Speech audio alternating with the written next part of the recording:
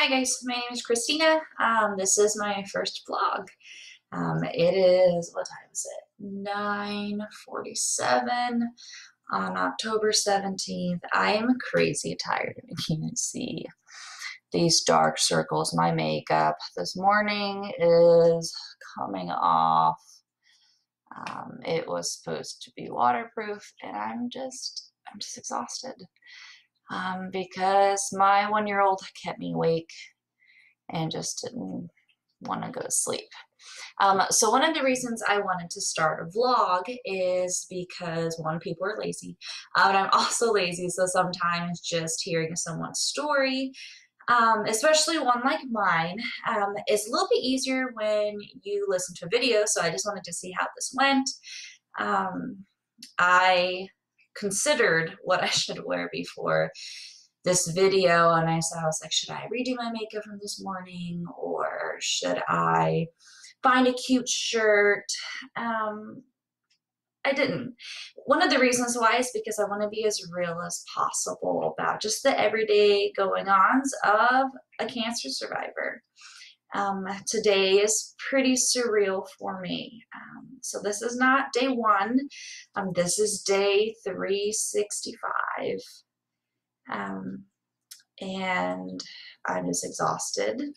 I'm tired, and just the idea of what today really is hitting me pretty hard. You'll notice that my cat, one of them, Watson, is licking himself. So maybe Sherlock will pop up. So he's just, if you get tired of looking at my face, just look at the cat, which is fine. So if you don't know my story, you'll see a link in the bio and in the description for my website, to45.com, and also to my WordPress, ovariancancerisnothing.wordpress.com, just to read more of it, and just to kind of take the journey with me. So like I said, today is day number 365. My son's birthday is tomorrow. We had his party this weekend, which is why I look like this. All the parents in the house. You guys know it is not a joke. We had 1 million people over. I'm so glad we did it. But my house looks like a hurricane hit it, and I'm exhausted, and I'm tired, and I have to get up, work in the morning. So that's just my mommy complaining. So basically, I'm just kind of processing what today means. This time last year, we had no clue what was going on with me. You notice my short cropped hair. It is not that I wanted short hair. I am technically growing it out from having cancer last year.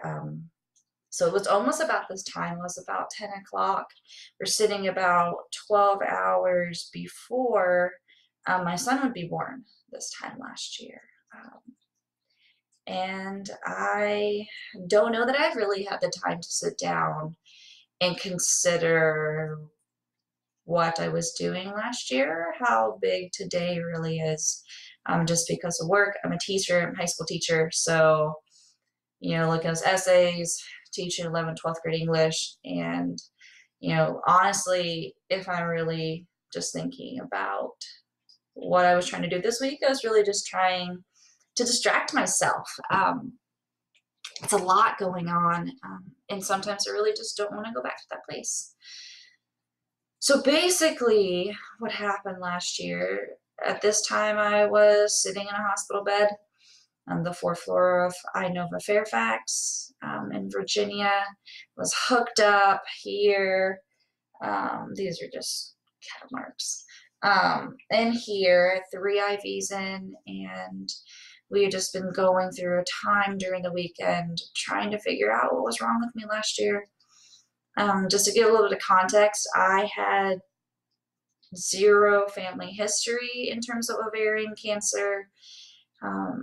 The only symptoms I had, I thought, were because of pregnancy, and we just didn't know what was going on. I had tons of specialists trying to figure out what's going on. And of course, I'm a workaholic, so I was sitting on my phone looking at work emails, and I'm sitting in a hospital bed, and the doctors came in almost about this time last year. I believe it was around 10 o'clock or a little bit earlier, and they said, "You're going in for emergency surgery tomorrow." And life kind of stopped. My parents, my husband's parents were all there, and Shiloh, my son, was in my tummy, and I didn't know what to think. Um, I had been sick for so long that I was just ready for it to be done and to figure out what was going on with me. I didn't even suspect cancer at this point. So at this time last year, I was sitting in almost a blissful ignorance of what I would have to go through. I don't know really how to explain the emotions. Today, my kid fought like a little beast to go to bed, and I'm exhausted, and I haven't slept for 4 days, barely. It's that post-chemo, not sleeping, waking up, sleeping pills don't help. I took one, obviously still awake. And I was just thinking about, I'm exhausted, I have to work tomorrow, etc. All these little things. Of course, everyone has family things and financial things. But I just had a moment where my son was just sleeping on my chest. After all the fighting and screaming and crying and babas and everything, diapers, his chest was, or his face was just resting on my chest. And where he was resting was here. So you notice I have a scar. I have the chemo indicating scar of a Mediport that was placed. And it's still in here. I mean, you see what's going on, and then you can still see the scars of where I was plugged in this time last year when I was about to get wheeled into surgery, in a couple hours. And I had a moment, and I try not to have them often, honestly. I love to just like shove things down in there so I don't have to think about things. But I had a moment where, regardless of how I was feeling, or how I'm still feeling, and I'm exhausted and I probably should be in bed right now, I was just really glad that I had that moment with my son where I could just hold him. And the fact that we're both just still alive today, it's a lot. It's more than I like to admit most days. There's a lot going on. And I'm not as strong as I want to be. Not even close. Not even close to where I would like to be in terms of strength, emotional energy, pain levels daily, sleep just eludes me every day. But I'm grateful. I get to sit and make this first vlog, and probably will type up a blog tomorrow or when it hits Shiloh's birthday, because tomorrow is my son's first birthday. And according to doctors, he wasn't supposed to be conceived. And tomorrow, it's actually kind of hard to say this aloud. I think I've just shoved it in somewhere. But tomorrow is the 1 year of when I was diagnosed with stage 4 ovarian cancer. And sometimes as a cancer survivor, I just finished chemo. In March, my hair is growing back. I try to duck when I get out of the shower not to look at the scars on my stomach. But sometimes it feels like cancer is still looming. And I want to celebrate tomorrow my son's life, my life, the fact that my family, my husband's family, everyone pulled together, our friends. But there's something about tomorrow. I honestly don't know how I'm going to handle it. Or my eyes because I'm so tired.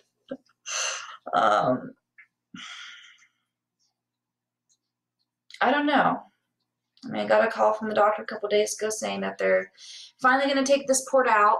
Thank goodness. It's the last remnant outside of the scars that I have from surgery and everything.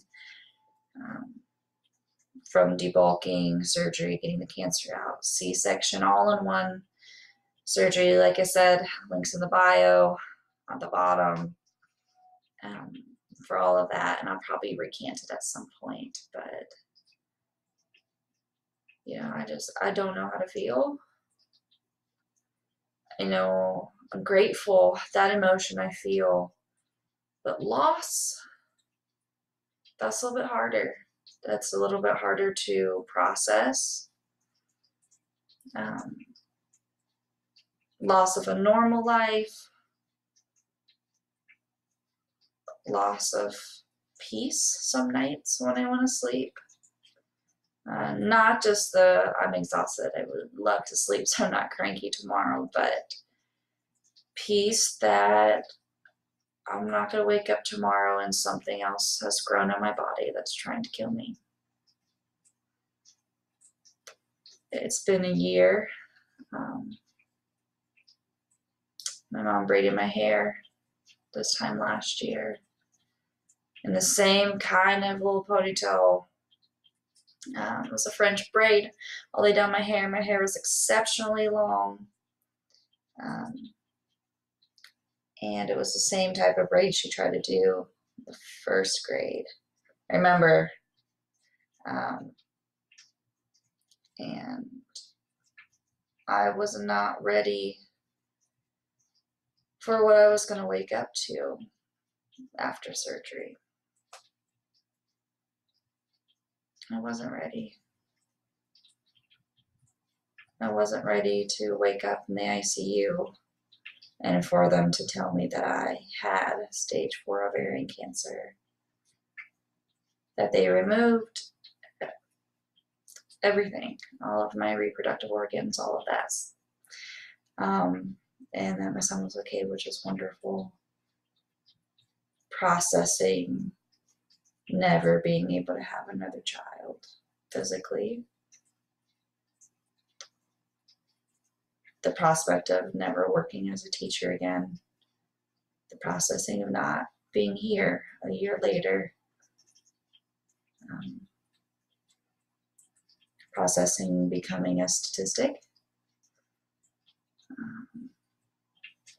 But harder is processing the strength that would be required to live daily. To not just lay down in the slumps of depression or fear. I don't know. I don't know how to feel today. I mean, I'll update tomorrow. Hopefully, the sleeping pills kicks in. That post-chemo insomnia is a real thing. It's rough.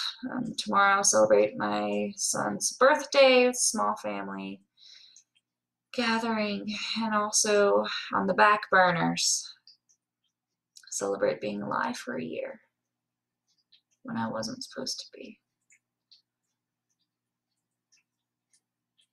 I don't know.